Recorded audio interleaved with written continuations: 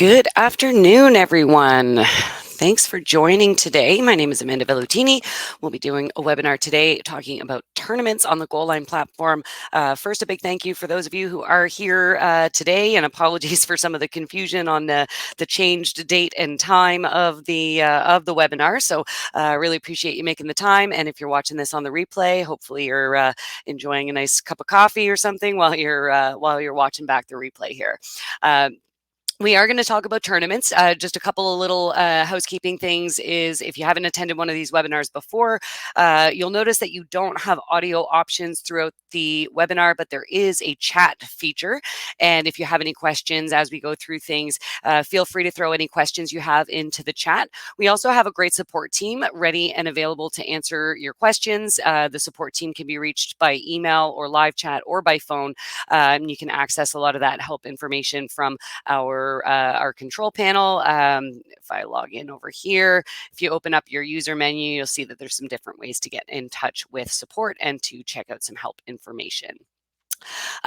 Today's topic is tournaments on Goalline. I am going to be focusing mainly on the components that work for tournaments. Specifically, we're going to review quickly the team registration form, what kind of settings you might want on there and their implications to how people will register.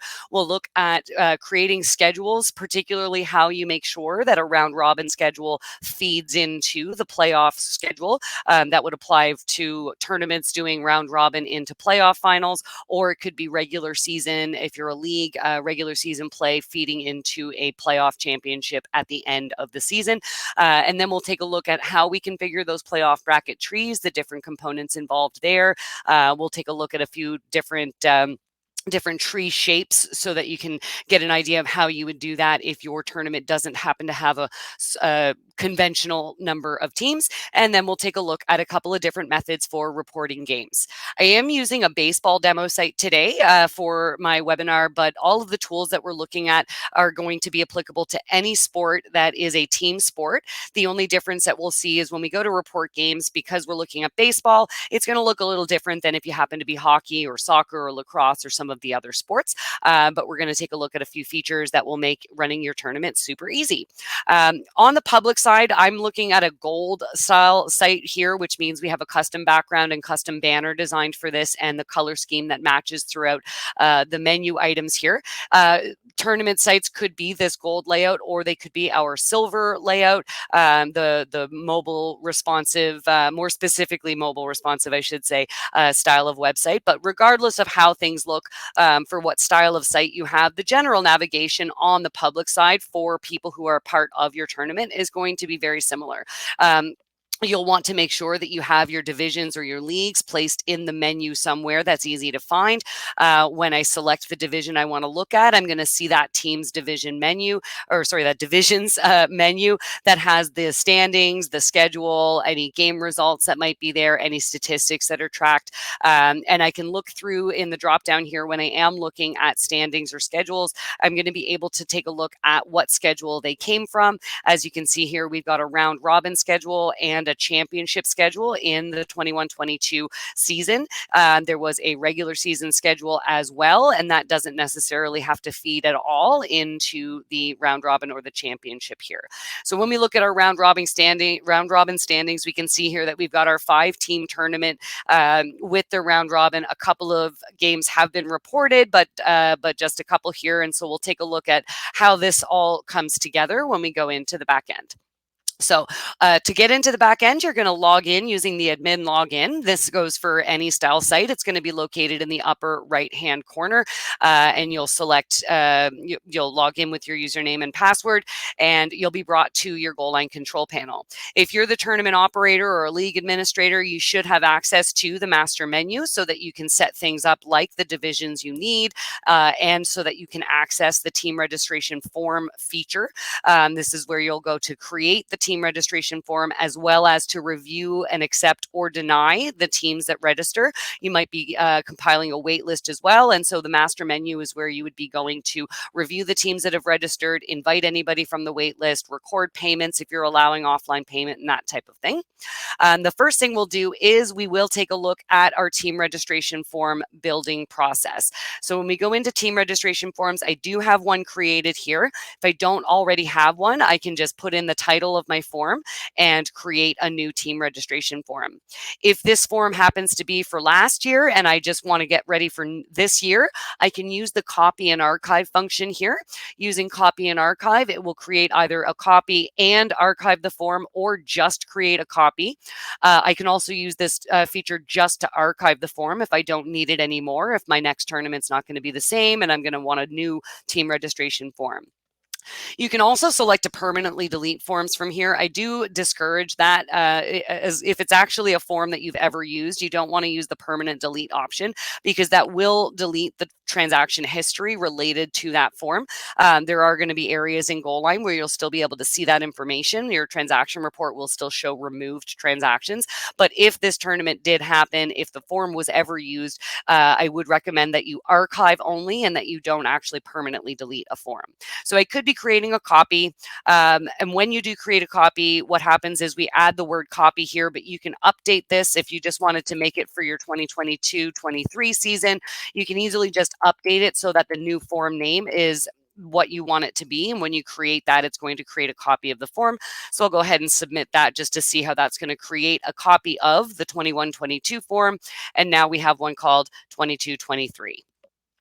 When you're reviewing the 5 steps of creating and managing your team registration form, this is kind of a similar process to individual registration forms that players or coaches or officials might use to register themselves, but we are looking for team-based information. So the expectation here is that one team contact, usually it's going to be the manager or maybe somebody within the association that owns that team, that's going to come and actually register the team on the form. So you're going to collect some basic information. You're going to set up the way you want people to register. You're going to set up what you want required, how your programs are going to be labeled, how much they cost, and then also configure your email confirmations. So step 1 on a team registration form does have some pretty important settings in it. The first thing, of course, is the title and whether or not you want that published directly in your menu. Registration forms don't necessarily have to be placed directly in your menu as long as they've been created and they're published. When you go to view your forms, you're going to be able to see the URL that that form exists at. So if you want it to be a link from somewhere else, for example, an information web page that you've created about your tournament, you could easily just put the link to the form on that information page so that people go through the navigation on your site to learn about the tournament and then click in to register. But you could, of course, just place it directly in your menu. If you do say that you want to publish that in your menu, what you'll do is in your website section, you're going to have, I'll just open this up here, you're going to have a tool in here called standard menu settings. And when you use standard menu settings, this is how you're going to decide if you want those team forms to be placed in the menu. So saying yes on the form that yes, you want it in the menu is part 1 of that. And then if I also want team registration forms to be in my menu, I do have to tell the system where it is I want them to be. Do I want them to be in the top menu first row or second row, or do I not want them displayed at all? As we go down, there are some other structure questions that are asked for here. So one of the things that you'll see here is the pricing structure. There's 2 options here. One is prices open to all leagues, and then the other one is price based on league choice. And when we use the word league, as you know, it's synonymous with division or category or age group, whatever it is that you're using as that label. And there's some other places where you can update that on the public side here. When it says that prices are open to all leagues, it means that no matter what division I select, I am just going to pick my own program when it comes to that portion of the form. And we'll take a look at this on an actual form once we have it ready to go. When you select price based on league choice, that locks in my league choice to the program that's associated with that league choice. And that's a great option, particularly for tournaments where there's a different fee for different ages, maybe even different age age, gender, skill categories, anything that there's a differentiation between the division and the price for that division, you might want that to be based on league choice so that you can lock it down and people are going to be selecting the correct program for the division that they've selected. Another reason why price based on league choice is a great option is that it really helps you out when you're managing the tournament and the maximum number of teams that you're able to accept, because the maximum number of teams per program is a per program thing, not a per league thing. So there is a relationship there, and we'll scroll down in a moment here and we'll see what that relationship is. But there is a relationship between the programs and the divisions and the number of teams that you're allowed to accept before you start potentially accumulating a wait list. And that brings us to the next setting that is important here, and that is the waitlist setting. Do you want to compile a waitlist once your maximum has been reached? You don't have to compile a waitlist. It could just say that the program is full and people would not be able to register once the maximum has been reached. But if you want it to compile a waitlist, you would select that, yes, I do want that to compile a waitlist, and we'll see how that is going to create an additional setting on those programs down the road here. With waitlist, you can show how big the waitlist is so that teams know what place they might be on the waitlist. That doesn't have to be set. You don't have to show that information. So teams don't necessarily have to know that they were the 105th team on the waitlist, or that there's 5 teams already on the waitlist. That's information that you can choose to display, and depending on your tournament policies, you may or may not want that information to be publicly available. Some other important stuff that we have here is event information. Event information just provides a little bit of information about the event on the top of the form so that people have some general information about it. This is not required unless you are an organization that's using our event style sites with membership purchases as well. So that is optional information for you that you can put in, and it just provides additional information to the folks who want to register. Another section here that may come in handy for you is going to be priority registration. Priority registration lets you open registration to certain teams before it's open to the general public, or you don't ever have to actually open it to the general public, which is a really nice option. For a team registration form that is going to be used for a league, for example, and you only want to accept teams that were in the league last year, you could easily say that you have to have registered for this specific event in the past in order to register this time. You can also add a priority registration code that if I don't qualify based on past event registration, I could just put in my code and I'd be allowed to register that way. So there are ways to use priority registration to stagger your open dates so that it's open to the general public after a certain time, after all of your priority registrations have had a chance to register. And then you can also set a close registration date here. Again, I'll just reiterate, you don't actually ever have to use the open registration. If you're using priority registration, you can keep it all behind past registrations or a registration code. And now we get into a really important setting here. On my particular demo site here, I only have 2 divisions, so we can see them both listed here. I can also change the label for the dropdown. The default is going to be select a league. If you want the word division, you can just change the word here to say that, yeah, I just want it to be select a division. I want to offer it to both my U10 and my U12. So I'm using the control key there to select both of those divisions. Now they're both going to be an option on the form. If you have a lot of divisions on your site and it's easier to do sort of the reverse of what I did here, you can say that do not allow registration to these 2, and it would allow registration to everything that isn't highlighted. So there's an only and do not option here when it comes to who is or what divisions are going to be in the dropdown for the team registration form. I also want to point out that there is an option here to pre-select an item from the dropdown. What this does is actually pre-selects the division for the registrant. So when you do have just one single division that's available to register for, you can pre-select that from the dropdown so that people don't have to make a selection. But this only applies if you only have one single division available for folks to register into. If you have more than one division at all, you do want to make sure that you have none set as pre-selected. So you would have your selected division option, and now we'll have 2 options available to choose from between U10 and U12. As we go down a little bit further here, we can see that we can have set up what basic information are we going to collect about the team as required or collected. Team name is obviously the most important part. You do need the team name to be available there, but you can also collect a little bit of additional information about that team. We'll find other ways on the next steps here to ask for additional information. So this is just collecting the team name after they've selected their division. The team name they enter is going to be the team in the division when it's accepted.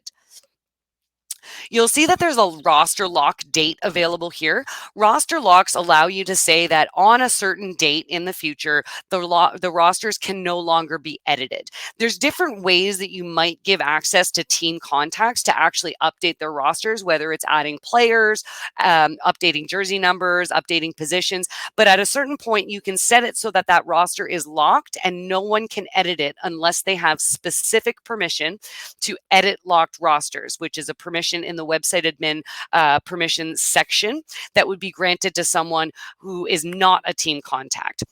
So a main contact administrator has permission to manage rosters even after the roster lock date, but a team contact is not going to have the ability to make any changes to the roster once that date comes.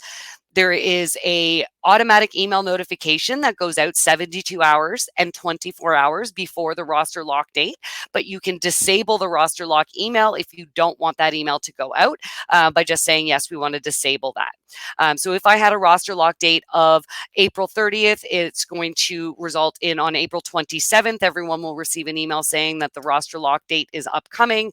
And then on the 29th, they're going to get an email saying that it's coming up tomorrow. And then on the 30th, they will no longer be able to edit their roster. This is also where you can go to set up the payment information. So can people pay online via credit card? Yes or no? Can they pay offline, cash or check, or basically register now, pay later? So you say yes or no to these options here. If you are collecting online payment, you do have to select your payment gateway from the drop-down list here. So your StackPay merchant account should be listed there. Because I'm using a demo site that doesn't have one, I'm just only going to have my offline payment options available here. If you do have offline payment options available at all, it's recommended to include offline payment instructions so that people know how to make their payment. That could be things like log in later and make a payment within their registration account. Or it could be send a check to so-and-so, or it could be e-transfer or whatever options that you want to apply for your registrants to be able to pay their team registration fee.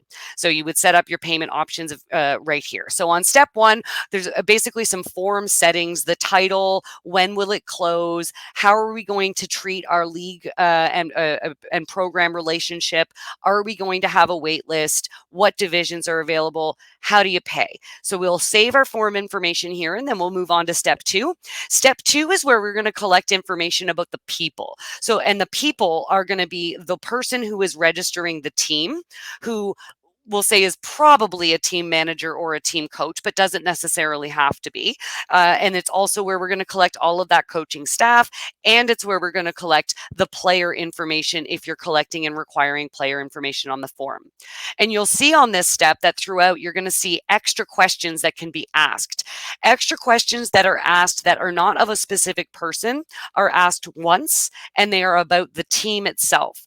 Extra questions that are asked about the coaching staff are asked for each individual coaching staff position that's being collected on the form. And then similarly, extra questions that are asked of the player are going to be asked of each player who is added on the form. So if I have a question here that says, what's your favorite color? And we're collecting 10 players, I'm going to have 10 players where I have to answer for all 10 of them what their favorite colors are. When we have those questions that are asked of just the team, so we only see it once on the form, we can include that in the team registration review recap by saying yes here. A common question is going to be whether or not they need accommodations if they're traveling to your tournament. It could be information that you might want to know about the last tournament you attended. There's all kinds of different things that you might be asking for here. Lots of different question styles that you can use to ask those questions.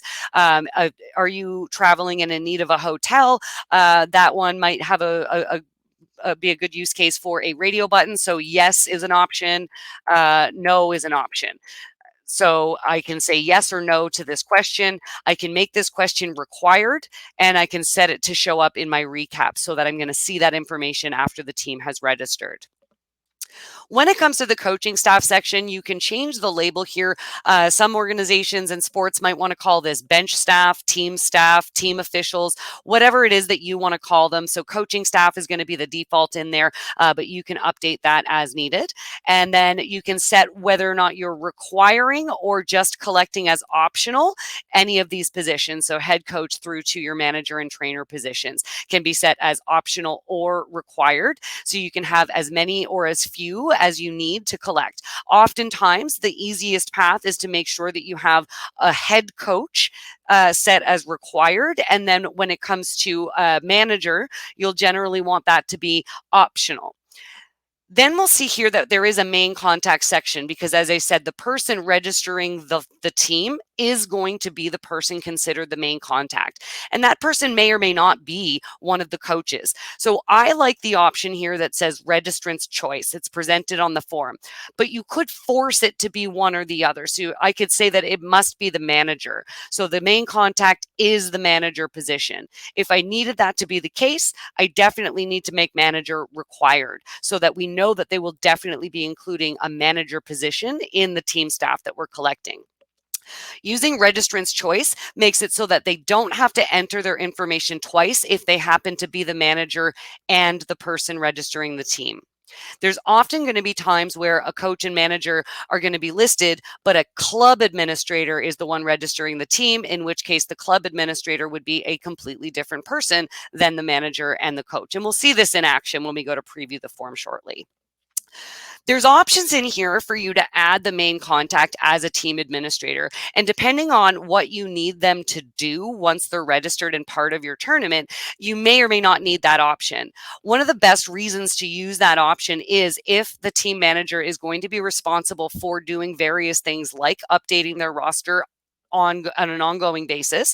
It may also be something where if they're registering to be part of a league, you might want them to have access to their team control panel for things like communication tools or adjusting schedules and practices, reporting game scores, and that type of thing.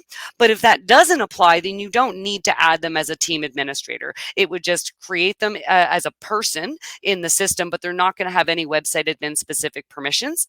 Our Goalline registration accounts, when you have registered a team, do provide a light ability to manage the roster and jersey numbers and positions for participants on the team. And that does coincide with the roster lock that we looked at on the step one. So you can have things so that they don't have permission to do it at all, or they can have light permission to manage their roster up to and including the roster lock date. Or you can add them as a full-on website administrator with team-specific permission for the team that they've added. So these are choices that you have based on how you need to be running your tournament. My general experience is that if you are just purely a tournament, you probably don't want to add these coaches or team contacts as administrators. You probably just want them to register so that they're going to receive your communications, so that their team's in there, but you don't need them to do a whole heck of a lot else.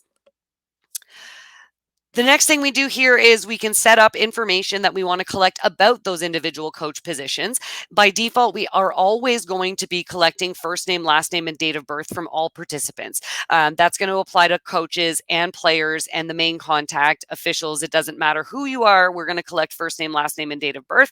But you can also require additional information such as email addresses and phone numbers.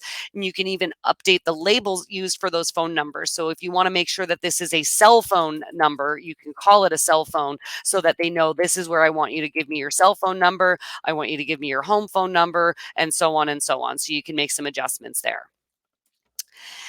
We get to a similar section regarding players, but instead of players having positions that are required, it's a minimum and a maximum. If you are a hockey organization or an organization that uses goalies as a position, you can set a minimum number of goalies required in order for a team to register. The really helpful thing about this is that you can make sure that if you're hosting a tournament, that teams can't register when they don't have a goalie, and then they end up dropping out closer to the tournament because maybe they weren't able to get a goalie to participate for their team. So you can set that. Obviously, for baseball, that's not going to apply because we don't have goalies, but just so you know that that is a setting that's available here. The minimum and the maximum are they work together in the sense that 0 minimum means I don't have to enter anybody on the form. Maximum 5 means I can only enter a maximum of 5 players. I can have a minimum of 5 and a maximum of 10. If you're a baseball organization, I'm so bad with baseball, I don't really know how many people are on a baseball team, but there is probably a minimum number that needs to be there in order for games to happen. And so you would set that minimum number for a tournament to whatever that minimum number of players would be. And then whatever the maximum roster is allowed to be is what you would set for that maximum. So a lot of times in soccer, we're going to see that it's going to be a minimum of 11 players and 1 goalie, and then a maximum of 18 or sometimes 20 players. Hockey would probably have a minimum of 10 players and a maximum of 18 or 20 as well. So whatever your sport requirement is, you would put in what that minimum and maximum is. We do allow you to not have any players on the form at all. So if I had 0 and 0, it means you're just going to drop your team name in here.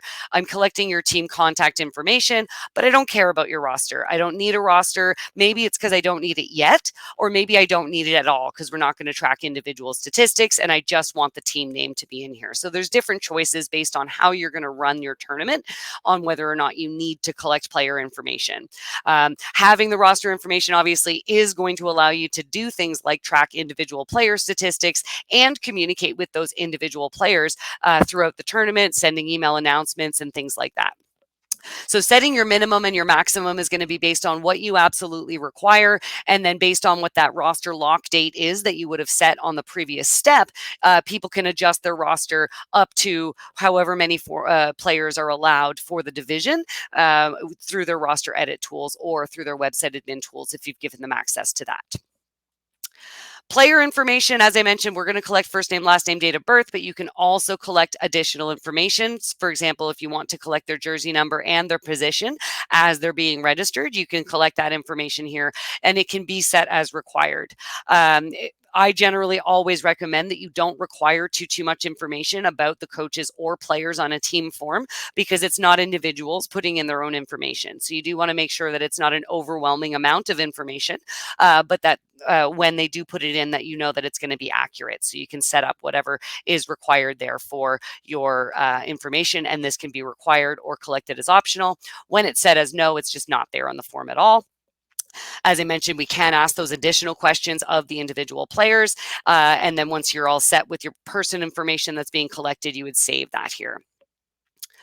I'm going to run a little bit quicker through some of the next steps because some of these are pretty similar to other parts of Goalline registration forms. Step 3, the one thing that's particularly important, if we recall on step 1, I made a setting that said that my price was based on the league choice. So when I go and add my programs in here, I can add as many programs as I need, but I'm now going to need to map them to the division choice that they should have selected.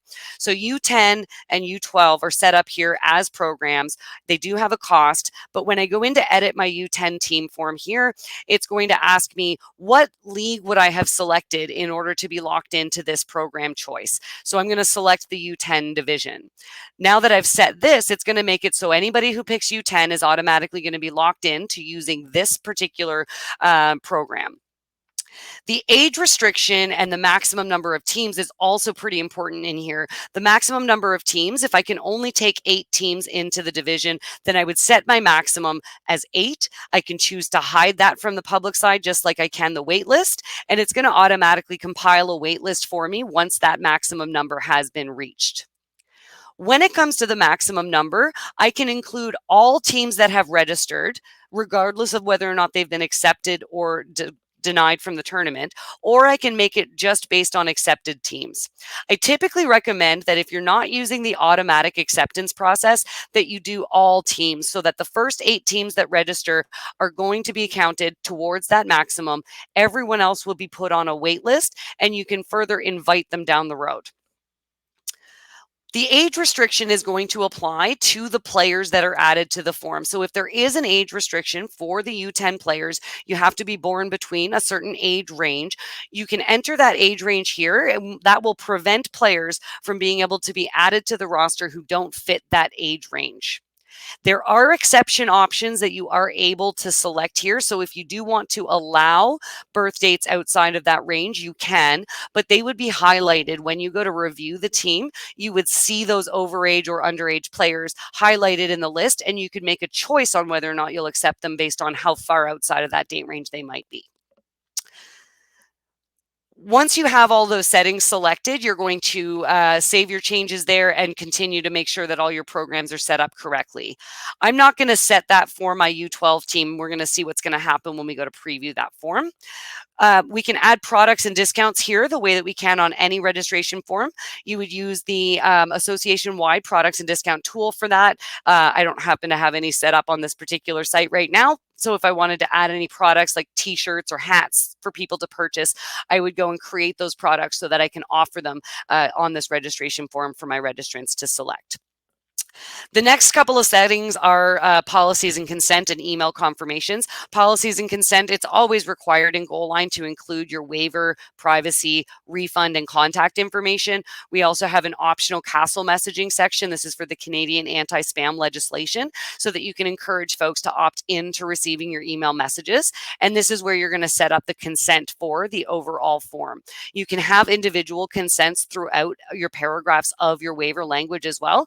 So just do that however makes sense to you. And remember that this information is being agreed to by the main contact registering the team. This is not a form or a waiver that each individual participant on the team is going to go through. So make sure that the language is written in that perspective, that it's the team contact registering and agreeing on behalf of the participants on the team. And then we get to the email confirmations. The confirmation email, the very first one, is just you've registered. You have submitted your team registration. It's been received. Then once you actually go and review and accept that team, they would receive the acceptance version of that email. And any participants who are registered as coaches or players on that team registration form will receive the personnel email. But you can remove the personnel email. You don't actually have to send the personnel email as part of that acceptance once the team has been accepted.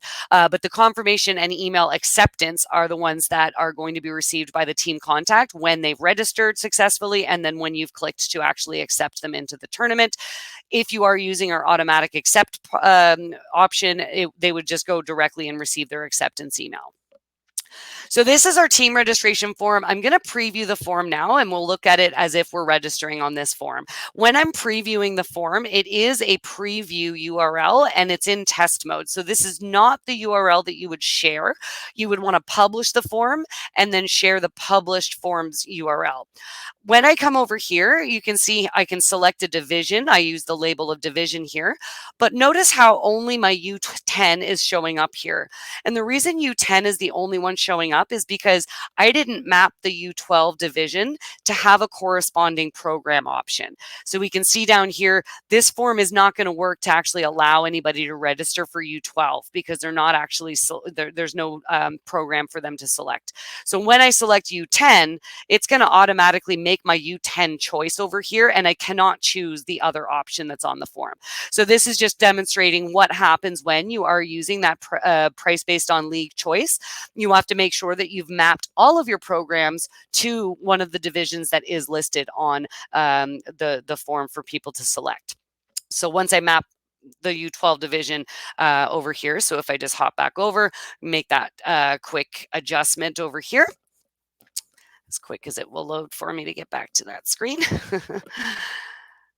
Oh, sorry, it's step 3 on team forms. Individual registration form programs are on step 2. So it's a little autopilot by my fingers there. So here we're going to select that for U12. You should select the U12 division. And now that I've made that change, if I go to refresh over here, I can now see both options because they both have a corresponding program. So I would select my program. I'm going to put in my team name. Because there's a required question, I have to answer this required question. Am I in need of a hotel? Yes, I sure am. So we'll say yes to that. And then as I put in my coach information, so if I am the contact, I'm just going to try to think of a birth date that I haven't used. What Goalline's always going to do is going to try and reduce the number of duplicate participants. So as I entered my first name, last name, and date of birth, which is always required, it's looking up in the system and saying, I don't have any participants like that. So we're going to create a new person for you. Is that okay? If that was a mistake, if I know this person already exists, it's going to find that new profile. So for example, if I clear this out and I try this again, if I use here January 1, I probably have there. So because I used a first name, last name, and date of birth that does already exist in the system, it's locating the profiles that exist, and I would select yes. Actually, it happens to be this one right here. So I'm just going to cancel that out because I don't want that to be reused there as a profile. So okay, we're going to create a new one, and then I put in whatever other required information is required there. So, and then here with the registrant's choice on the form, who is the main contact? So if I open this drop down and I say the head coach is the main contact, because I've already provided the required information, I don't have to type my information in there again. But if I did select that it was a new person, I would just enter that information again. Here I can also now review all of the policy information, and I can provide my consent and my email opt-in and submit my team registration form. It's going to show me a summary of everything. Here's those offline payment instructions that are shown to me so I know how I'm going to make my payment, and I would select that, yep, I'm ready, I'm going to confirm, and now my team has been entered and I would have received my email confirmation. So now that we've registered a team here, so that's the team registration process, I'm going to go back out to the people section. I'm going to take a look at review registered teams, and we're going to see teams that have registered. So that team I just registered against this 22-23 team registration form. So I pick it, I search, and here's the team that we just registered. There's a color code here that shows us whether they're accepted or new, rejected, or on a wait list. So I click to review this team. I can choose to accept them now. I can look at the payment information. I have their check. I can record their payment. I can adjust some of the information that's been provided, and then I can choose to accept the team. When I go to accept the team, it's going to say which schedule are we accepting you onto. You're going to go into the round robin schedule, and so we'll accept that team. So now this team has been accepted. I can review further teams. And just a quick note on the are you in need of a hotel question, because we did set it to show in the recap. We see the answer to that question right here. When it comes to your export options, you can export your team list, and that's going to include all of the data that you see in this list in a CSV file that gets exported. So now our teams are registered, and because the team is registered and has been accepted, if I go ahead and look at my U10 division, I'm now going to see that that team is in the list. So if I open up my team listing here, AV test team is now here. We've just registered, and we're ready to participate in the round robin schedule. Speaking of schedules, let's start back at the beginning here and just make sure that we've got all that schedule structure. So I'm going to go to the master menu and I'm going to select schedules. I want to make sure that my season is current and that my schedules are all set up. I wouldn't have been able to publish my team registration form if my divisions didn't have an active season or schedule. So I know that this is already done, but when I look at my managed seasons, I'm going to see here that I've got two divisions. They both have an active season. That active season is current. It's going to be current until August 31st, 2022. After that, I'll use managed seasons to create my next season, and so on and so on. So my season is good. And now I'm going to look at my schedule and make sure that I have the appropriate schedules that I'm going to want in order to manage this tournament. So manage schedules here. And I can see for U10, I've got a championship, I've got a regular season, and I've got a round robin schedule. For my U12 division, I only have a regular season. That's fine. I can create the round robin schedule easily from here. So I would just type in that I want round robin. Round robin is a standing style schedule because we're going to be playing games and you want it to be based on standings. And then afterwards, we'll create a playoff style schedule. Because I only need to apply this to U12, I'm just going to pick U12. But if I need to apply it to everybody, I'm going to check all and make sure that everyone has that appropriate schedule. I do want it to be the active schedule. When I'm creating a tournament or a league that's going to have a championship, I want my round robin or my regular season to be the active schedule. And I want my playoff bracket not to be active. I don't want that to be active until the feeding schedule, which is going to be my round robin, is all done. So I want to say yes when I'm creating my round robin to whether it's active. I can choose to not publish it though and not publish the standings part of it, and that can be changed at any time. But the most important setting is that it's set to be active. All the other settings in your schedule details are going to apply as far as whether, like, how the standings are going to calculate points, wins, losses, and ties, and that kind of thing. Your number of innings, your duration of your games, and things like that is all settings that go in here. The only thing you always have to enter is going to be your schedule date range every time that you go and create a schedule, because the schedule date range might be different for round robin, might be different for regular season, and so on. So I'm going to put in a date range here, and then I'm going to click to create that schedule. So now that schedule has been created, and I can I can create the playoff schedule here as well. So we can create a championship schedule that's going to be a playoff bracket style. I'm going to choose just my U12, and I'm going to say no for this being the active schedule. I'm going to select my date range. Again, I'm going to start it today. It doesn't really matter when it's active. What matters is that it needs to be active for the right amount of time following the regular season or the round robin schedule. So I'm just going to put that forward a little bit into May and create that schedule.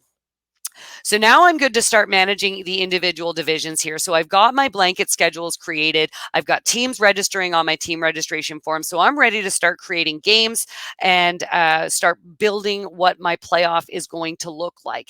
And I can do that as soon as I have all the teams registered into my division. I can start building my playoff schedule right away. I don't have to wait until I know what places people are in. I just have to have the correct number of teams in my divisions in order for me to start building my playoff schedule. So let's go ahead to U10 and go into the division menu here. When I go to the schedule section for U10, I'm going to see now here's my round robin, my regular season, and my championship. It's telling me here this is my active schedule. And when I edit the schedule details, I can make individual changes if I need to here, so that I'm going to be collecting all of the details that I want and that the standings are going to calculate the way that they should, including any tiebreakers that might need to be used here. Tiebreakers could be used not just to break ties differently than the default in Goalline, but they could also be used to adjust what columns show up in the standings. So if you want different things to show up in your standings, like over here, I've got a differential here and our last 10 streak and our win percentage. These don't show up by default in all standings pages. So I've used a tiebreaker to make sure that those are the columns that are going to show up in the standings. So once I have my round robin schedule, everything looks good. My teams are active on it. They're ready to go. I can now move on and look at my playoff schedule, because one of the things that I need for my championship schedule, I need it to be fed from the standings in round robin. So I'm going to click edit schedule details on my championship. I don't need to change it to active yet. Fun fact, Goalline will automatically make your playoff schedule active as soon as all of the feeding schedule games have been reported. So as soon as you finish reporting your games, you don't have to do anything. The system's going to automatically know that your championship schedule is now the active schedule. I'm going to just scroll right down and I'm going to look at what does it say for feeding schedule and what does it say for playoff type. I want to make sure the playoff type is tree.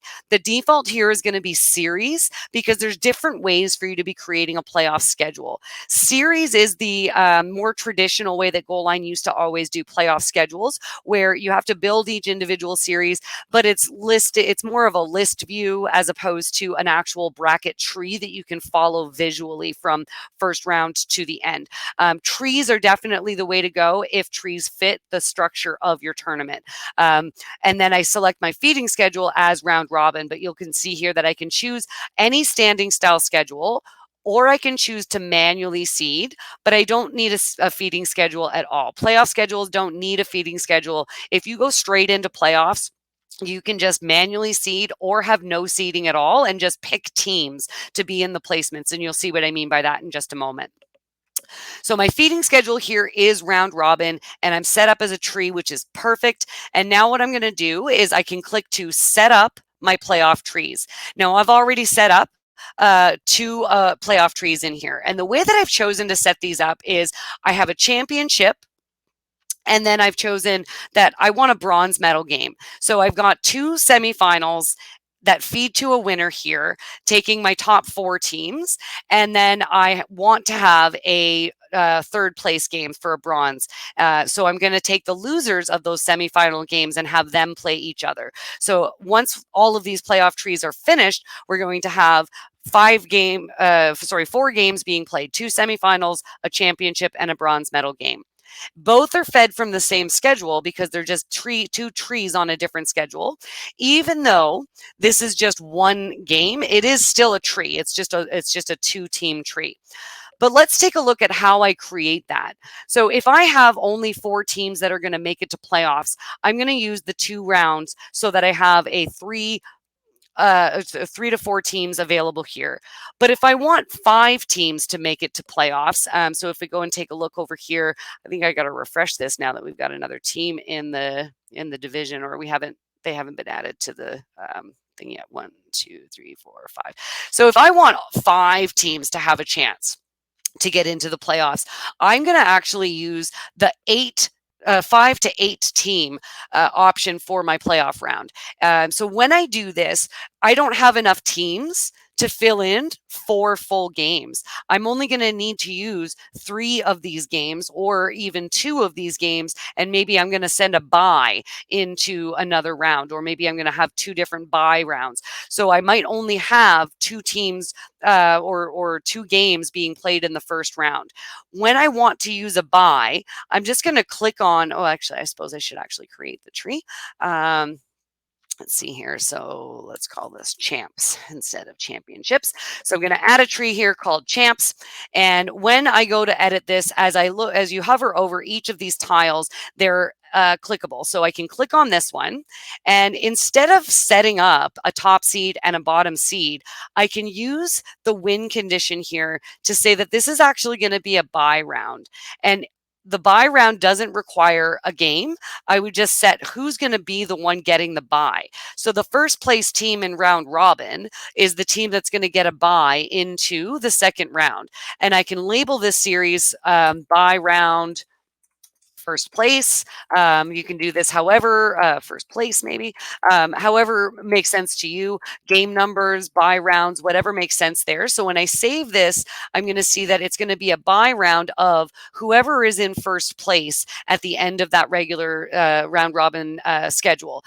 So first place in round robin is automatically going to go up here and play against whoever the winner is of this game. So if I want my first and second place teams to have a bye, I always do this on different sides of the tree so that they don't feed to the same round. So if I want my second place in round robin to be getting a bye here, I can do this as a bye round for second place. And we'll save that. So now the only 2 teams or games that I need to worry about are third playing fifth and yeah, maybe I need more buy rounds than that. I'm trying to make sure that I demonstrate the buy round functionality here. So what I would want to make sure of here now is, because first and second are getting their buy round into the second round, I would be choosing here that I want third place in round robin to be playing. I guess I do have 6 teams to be playing the 6th place team instead of whatever else might go in there. So I like to do these as third versus 6th, but game numbers are also really good for those series titles. And then with win conditions, when you do have a game, the default here is going to be 1 win. But you could make this a series. So if you're doing a best of 5 or a best of 7, I can say, for a best of 5, you need 3 wins in order to move on. If it's a best of 7, you need 4 wins to move on. Or you can do a total goals. Or you can do a certain number of points. So you have to end up with, say, 6 points in order to move on from the first round. So there's different ways to go about getting that series set up. And all it does is it makes it so that you can either create one game to represent this round, or you can create multiple games to represent this round, up to and including the maximum number needed in order to have won the series. So if it's a best of 7, I need 4 wins to continue, and I can create up to 7 games because they may be required for up to 7 games. So if I say 1 win, that's going to be the typical moving through a playoff bracket here. If I already know the date, time, and venue of this game, I can set that information up here as well by selecting the home team is generally going to be the top seed, unless you have a different rule there. I would set up what the date of the game is going to be. So if I want to go and let's see, I don't know what I can pick for a game there. I just have to look at my schedule date range for this particular one. But I would select a date that falls in the schedule date range, select the time, select the venue, and you can select a TBA if you don't know exactly what that time of the game is going to be. But I can just say that, yeah, we already know it's going to be this game. So this is going to be when that game is going to be played. I can make edits or delete that. And now when I save it, it's not just saving the round and the series, but it's also telling us the game is going to be February 25th at 7 p.m. We missed that game. So I would continue to do this to set up that first round. But as soon as I've set up the first round, it automatically is going to feed everything through to the rest of the bracket. So I might want to go through, add my game times, and I might want to update the series titles to just reflect what my tournament structure is, and just to have that nice and consistent. But I would just want to make sure that as long as I have that first round set up, including any buys into that second round, that's really all I need to do here. Once you've got that done, when you take a look at the public side, I'll just refresh over here. If I look at my championship schedule over here now, because I've chosen to publish this, it's going to show me that new champs bracket that we just created, and it's going to show all of this information. The existing brackets that were already in there are also showing here, because they're all on the same schedule. They can all choose from the same thing. So now, how would I set up my bronze medal game? When I'm looking at my brackets, so when I go to edit my playoff tree, let's go to the third place game. I'm going to select over here that I want this to be, let's change the title here. So this is going to be a bronze game.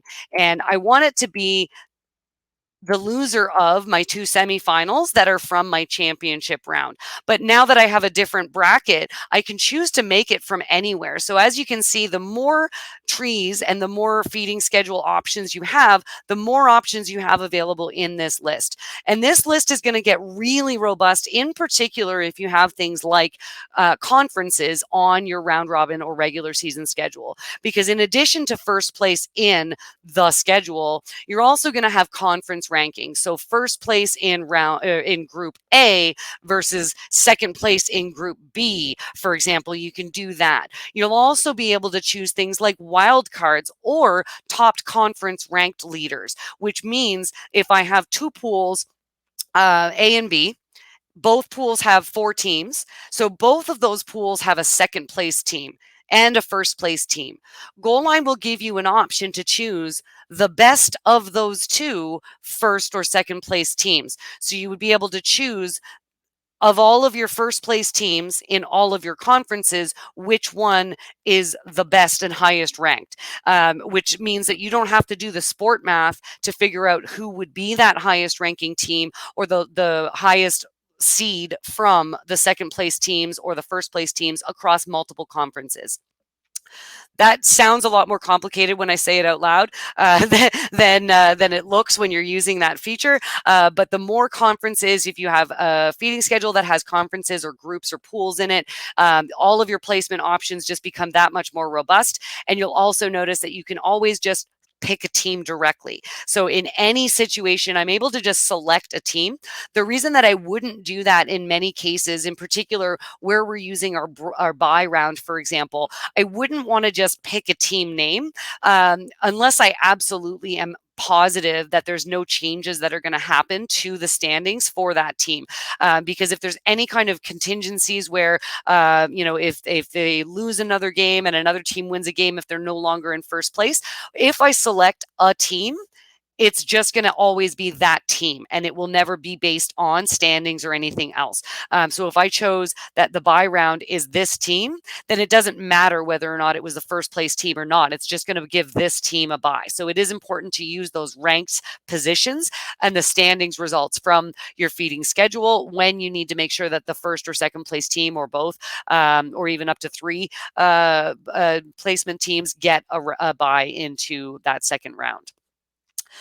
When I opened up the playoff tree creator again, I just want to show a couple of other options that are available here. So we looked at the 1 round. This is for a single game. 2 rounds is going to be for 3 games, which is typically your semifinal and final. 3 round is going to give us 3 rounds exactly with, so I can do 8 teams for 4 games on that first round. And then we have the 4 round option over here as well.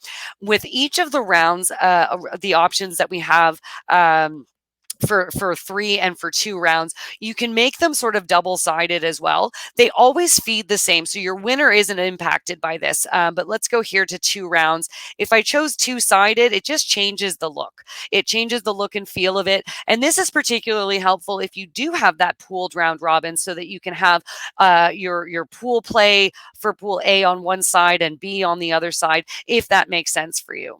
If I choose the 3 round 2-sided, it does the same thing. So again, we're feeding exactly the same way into each one of those series within the tree. It's just that it looks different. So if I use 1-sided or 2-sided, it's exactly the same function from the teams in the first round to the teams in the final round. It's just a different display of those brackets on the public side.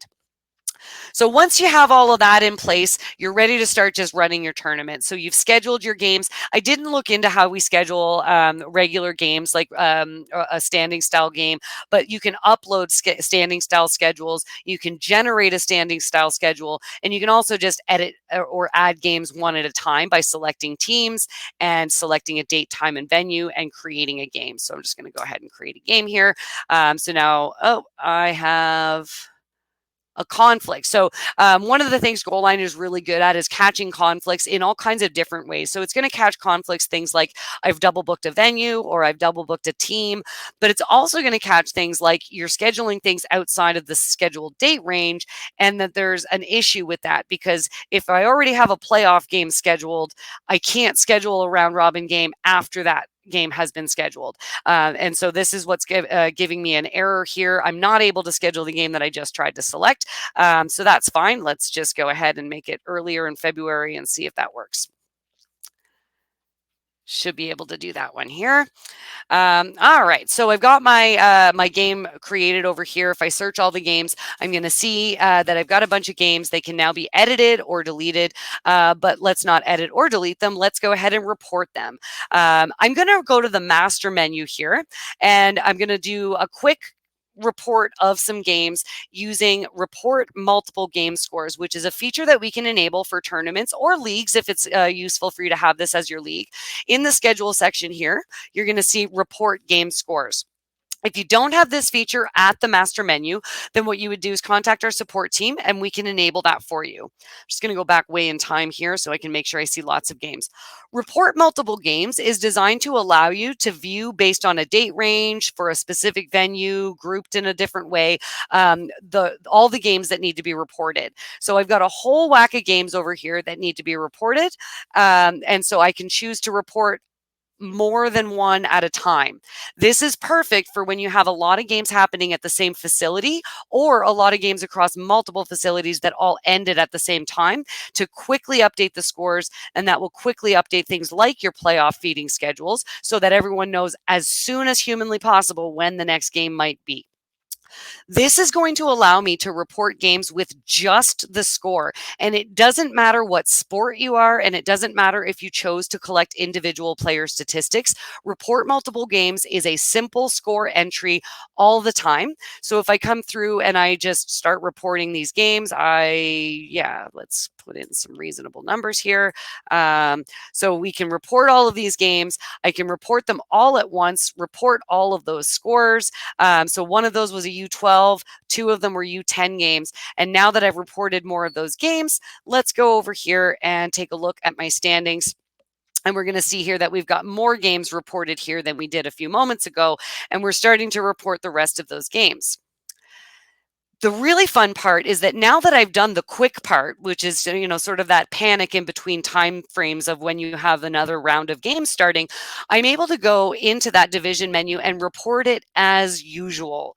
So whether I'm doing individual stats or not, I would go to my statistics tab and I'm going to select my schedule. So this was a round robin game. Because my games are all at weird dates, I'm going to search all games in the date range. And now I can see here are the games that we just reported. So I just reported this game over here. If I click to report it again, and again, this is baseball with some advanced statistics showing up here. I would go and I would report the game again, but I'm going to report it from here using all of the proper stats that I want to include. Things like the pitch counts, who was actually present at the game, what was the score at the end of each inning, any I've learned that this is errors and hits. Again, baseball, not my thing. I'm so sorry. But you can report this again and report it with all of those individual player statistics that you want to be tracking. But you don't have to worry about entering all those statistics as soon as the game is over, or if you're not doing it live during the game anyway. That report multiple game scores lets you report the score quickly. That allows your standings to be updated quickly and potentially pushing your playoff games into playoff teams into the playoff schedule that you've created through your playoff structure. And now I can go through and I can take a little bit of time to enter the actual statistics for the game.